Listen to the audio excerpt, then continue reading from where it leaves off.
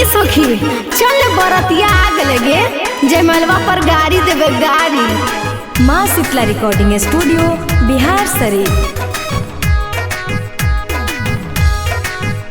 अरे हम आंगन में आया बरतिया नहीं किया प्रणाम जी।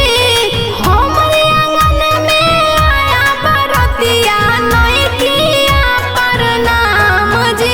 आज कैसन हाखुन बहिनी छिनरिया नहीं दिल कुन ज्ञान जी।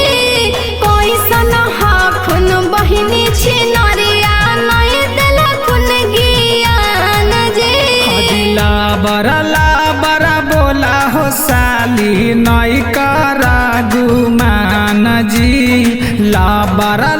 बरा बोला हो साली नई करा गुमान जी। दीदिया के संगे तहरो ले जाई के हो पालान जी। दीदिया के संगे तहरो ले जाई के हो पालान जी। अच्छा देख ली हूँ अपन आईना में।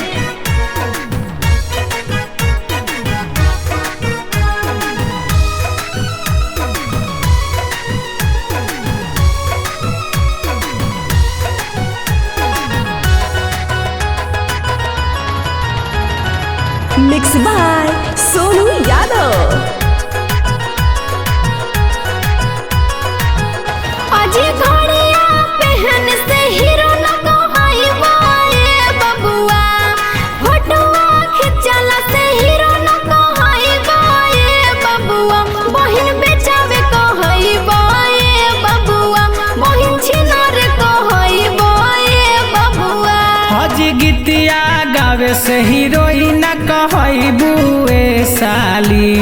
गीतिया गावे से हीरोइन कहई बुए साली। तू त छिनारी कहई बुए साली।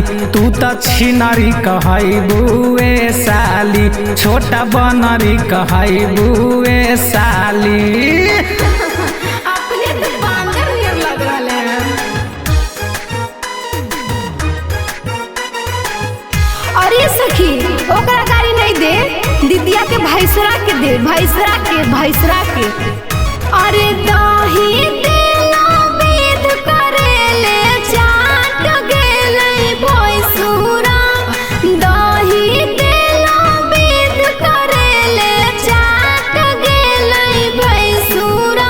अरे एते सुंदर दीदिया के छुछुनर मिललै भैसुरा। अरे एते सुनर दीदिया के छुछुनर मिललै देवारा। चल हमारो संगे साली लिख देबो टोपारा।